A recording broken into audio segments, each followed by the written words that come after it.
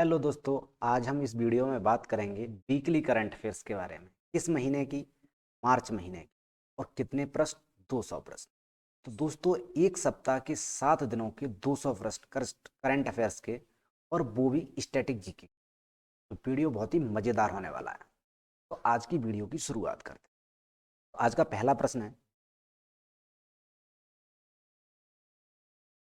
महिला एवं बाल विकास मंत्रालय के द्वारा आयोजित पोषण उत्सव, कौन सा उत्सव? पोषण उत्सव का फोकस क्या था? इसका फोकस बताना है, फोकस क्या था। तो दोस्तों, इसका फोकस था पोषण। ऑप्शन सी सही होगा, फोकस। अब जो पोषण उत्सव मनाया गया है, ये किसके द्वारा मनाया गया? इसका उद्घाटन किसने किया था, पूछा जा सकता है। तो इसका जो आयोजन किया गया है वो किया गया है महिला एवं बाल विकास मंत्रालय के द्वारा। और किसने इसका उद्घाटन किया है? तो वो किया है स्मृति जुबिन ईरानी ने। क्योंकि स्मृति जुबिन ईरानी है, वो है महिला और बाल विकास एवं अल्पसंख्यक मामलों की मंत्री। इसकी अल्पसंख्यक मामलों की मंत्री हैं, और केंद्रीय महिला और बाल विकास विभाग इसकी भी मंत्री हैं। इनके द्वारा इसका आयोजन किया गया है, यानी उद्घाटन किया गया है। अच्छा, इनके अलावा और कौन इसमें शामिल था? तो इसके अलावा इसमें कौन शामिल थे? तो वो थे बिल गेट्स। यानी जो बिल गेट्स हैं, उनका एक फाउंडेशन है, बिल एंड मेलिंडा। मेलिंडा इनकी पत्नी है, गेट्स फाउंडेशन। यानी ये बिल गेट्स हैं और इनकी ये पत्नी है, bill and Melinda Gates foundation. ये भी इसके सह अध्यक्ष थे, तो ये भी वहां पे मौजूद थे। इस कार्यक्रम में एक पुस्तक आयोजित की गई, उसका नाम क्या था? पोषण उत्सव पुस्तक। कौन सी? पोषण उत्सव पुस्तक का भी विमोचन किया गया है। तो इस प्रश्न से क्या क्या चीज समझे कि जो पोषण उत्सव है वो किस मंत्रालय के द्वारा? तो वो महिला एवं बाल विकास मंत्रालय के द्वारा। अब पूछा जाए कि महिला और बाल विकास मंत्री कौन है या अल्पसंख्यक मामलों की मंत्री कौन है, तो वो कौन है? स्मृति जुबिन ईरानी है। इसके अलावा और कौन सा फाउंडेशन इसमें संलग्न था? तो bill and Melinda Gates foundation इसमें सम्मिलित था।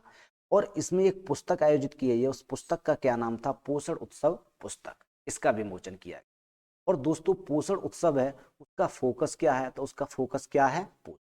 सही आंसर क्या है? ऑप्शन नंबर एक, ऑप्शन नंबर सी, पोषण। अगले प्रश्न पर चलते हैं। दोस्तों, आज का दूसरा प्रश्न है, शाहपुर कांडी बैराज के पूरा होने से पाकिस्तान में किस नदी का प्रवाह रुक गया है? पाकिस्तान में, यानी वो नदी पाकिस्तान में जाती है, अब उसका पानी पाकिस्तान में नहीं। तो उस नदी का नाम क्या है? उस नदी का नाम है रावी नदी। कौन सी नदी? रावी नदी। ऑप्शन सी सही आंसर होगा, ए, रावी नदी। अब हम बात कर रहे हैं कि जो शाहपुर कांडी बैराज है, ये किसके द्वारा बनाया जा रहा है? तो दोस्तों, ये बनाया जा रहा है, जो पंजाब गवर्नमेंट है, पंजाब सरकार है, उसके सिंचाई विभाग द्वारा इसका निर्माण किया जा रहा है। ठीक है। अब ये इसकी स्थिति कहाँ पर है, ये भी तो प्रश्न पूछा जा सकता है कि शाहपुर कांडी बैराज कहाँ पर स्थित। तो दोस्तों, पंजाब का एक जिला है पठानकोट, उसमें रावी नदी पर एक बांध मौजूद है, उसका नाम क्या है? रंजीत सागर बांध। तो हमें ये पता लग गया कि रंजीत सागर बांध कहाँ स्थित है? पंजाब में पठानकोट के पास। किस नदी पर? रावी नदी। उस पुल के नीचे ये शाहपुर कांडी बैराज को बनाया जा रहा है। यानी पहले जो पानी रंजीत सागर बांध से जो नीचे आ जाता था, उसे भी रोका जाएगा। किसके द्वारा? शाहपुर कांडी बैराज के द्वारा, जिससे पाकिस्तान में इस नदी का प्रवाह बिल्कुल रुक जाएगा। ठीक है। अब हम बात करेंगे कि ऐसा क्यों किया जा रहा है। तो दोस्तों, भारत और पाकिस्तान के बीच में एक सिंधु जल संधि हुई थी। कौन सी संधि हुई थी? सिंधु जल संधि हुई थी। उसके तहत ये तय किया गया था कि रावी नदी, कौन सी नदी? रावी नदी, ब्यास नदी और सतलज नदियों का जो पानी होगा वो भारत को आवंटित होगा। यानी कि इस पानी पे जो पूरा अधिकार है, एक छत्र राज्य है, वो किसका है? भारत का है।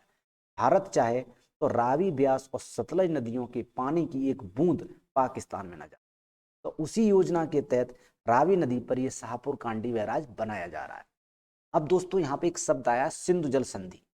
तो सिंधु जल संधि भी पूछा जा सकता है कब हुई थी। तो दोस्तों, ये संधि जो हुई थी वो हुई थी कराची में। किस तारीख को हुई थी? 17 नवंबर 1960 को। किसने इस पर दस्तखत किए थे? तो भारत के प्रधानमंत्री थे उस समय के जवाहरलाल नेहरू, उनके द्वारा किए गए थे। और पाकिस्तान के राष्ट्रपति थे अयूब खान, उनके द्वारा इस पर हस्ताक्षर किए गए। दोस्तों, एक प्रश्न और पूछा जाता है कि जो सिंधु जल संधि हुई थी, उसमें भारत और पाकिस्तान के बीच मध्यस्थता किसने की थी? तो मध्यस्थता की थी विश्व बैंक। इसके द्वारा की गई थी, विश्व बैंक के द्वारा मध्यस्थता की गई। तो उम्मीद है दोस्तों इस प्रश्न से संबंधित सब कुछ आपको पता लग गया।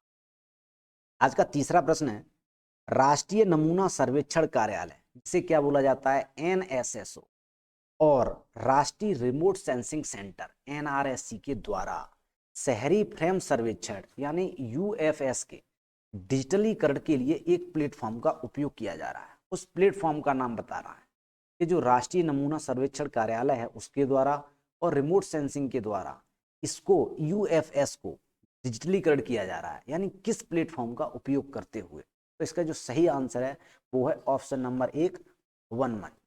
वन मंच का यूज करते हुए इस प्लेटफॉर्म का डिजिटलीकरण किया जा रहा है। अब दोस्तों दो प्रश्न इससे बन सकते हैं, 2-3 प्रश्न मोटे मोटे। पहला प्रश्न पूछा जा सकता है कि राष्ट्रीय नमूना सर्वेक्षण कार्यालय जो NSO है उसकी स्थापना कब हुई थी। तो दोस्तों उसकी स्थापना हुई थी 1950 में। कब हुई थी? 1950 में।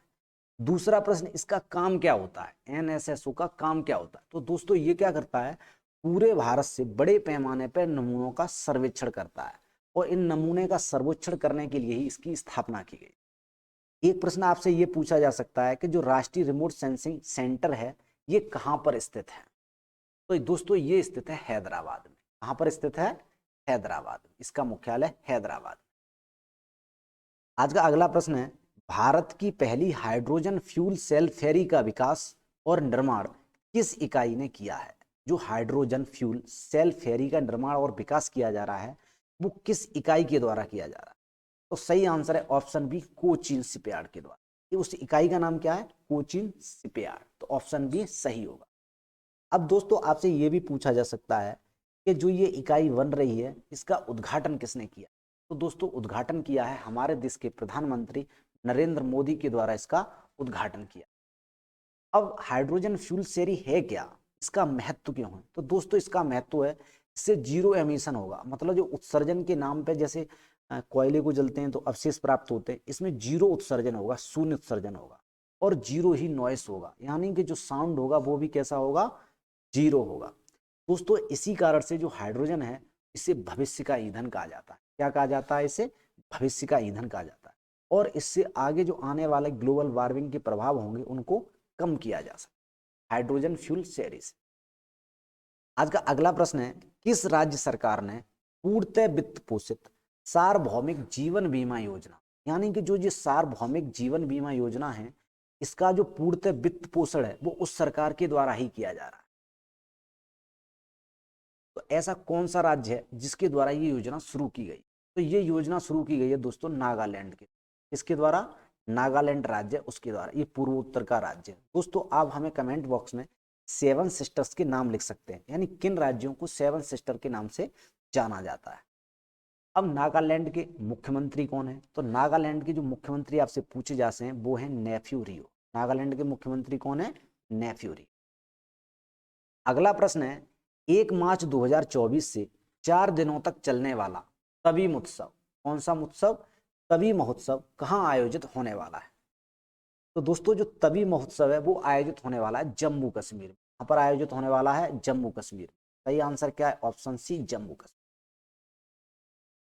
इस महोत्सव को किसके द्वारा आयोजित किया जा रहा है।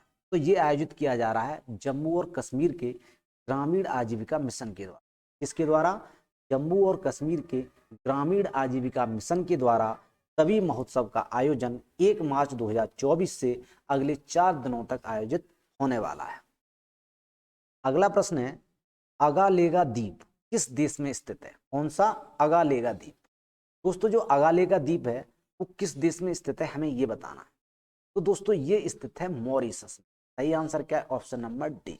दोस्तों इस द्वीप का महत्व आने वाली परीक्षाओं में इसलिए है क्योंकि वो हमारा सबसे मित्र देश है। दूसरा, ज्योग्राफी के सेक्शन में ये द्वीप पूछा जा सकता है। अक्सर पेपर में ज्योग्राफी में 1-2 द्वीप पूछे जाते हैं और वही द्वीप पूछने की ज्यादा संभावना होती है जो करंट में रहते हैं। तो आप इस प्रश्न को मेरी तरफ से इम्पोर्टेंट घोषित कर सकते हैं कि अगालेगा द्वीप आपसे किसी न किसी परीक्षा में पूछा अवश्य जाएगा। तो सही आंसर क्या रहने वाला है? Option number D, Mauritius. दोस्तों मॉरिशस के प्रधानमंत्री कौन है। तो मॉरिशस के प्रधानमंत्री हैं प्रविंदु जुगनाथ। इन्हें भी ध्यान रख लीजिए। स्टैटिक जीके या करंट अफेयर्स के रूप में ये पूछा जा सकता है कि मॉरिशस के वर्तमान प्रधानमंत्री कौन है। अभी हाल ही में ये भारत आए थे और भारत के प्रधानमंत्री श्री नरेंद्र मोदी जी से इनकी मुलाकात भी हुई।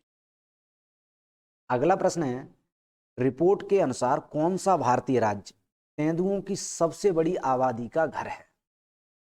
महाराष्ट्र, मध्य प्रदेश, कर्नाटक या तमिलनाडु? दोस्तों ये सभी राज्य किधर के हैं? साउथ की तरफ के हैं। यहाँ पर काफी वन्य जीव अभ्यारण्य भी हैं। तो इसमें से पता लगाना है कि कौन सा राज्य है जो तेंदुओं की बड़ी आबादी के लिए उनका घर बना हुआ है। इसका सही आंसर है ऑप्शन बी, मध्य प्रदेश।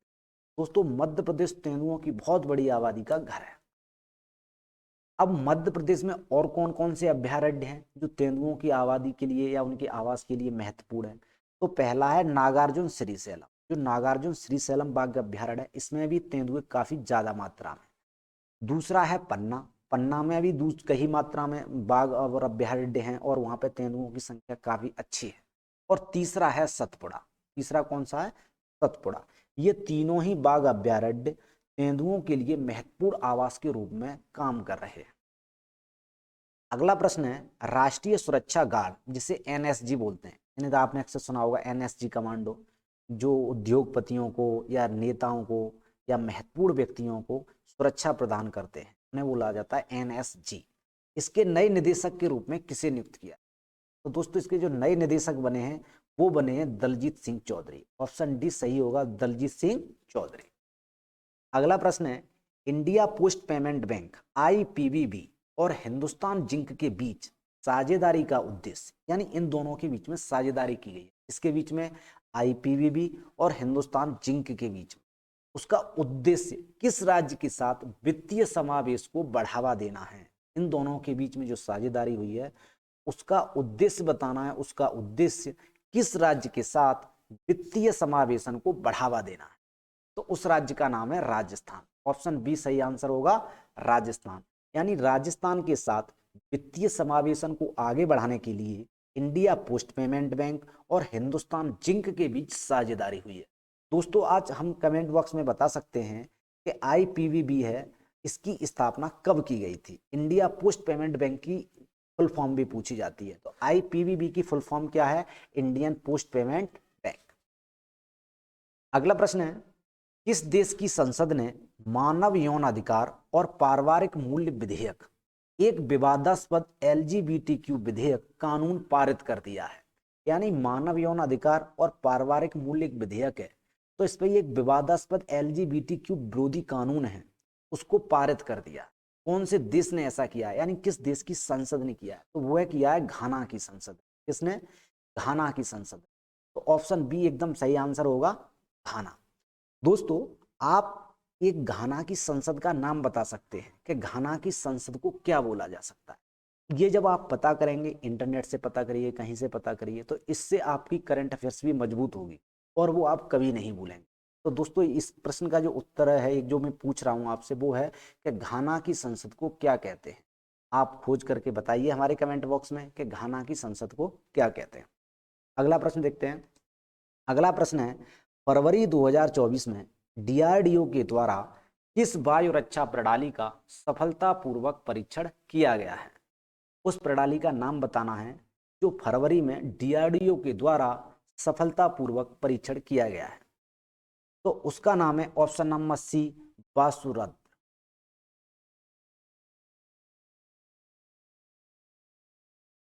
सही आंसर है ऑप्शन नंबर सी। इसका अर्थ क्या होता है? तो इसका अर्थ होता है कम दूरी की वायु रक्षा प्रणाली। क्या अर्थ होता है इसका? कम दूरी की वायु रक्षा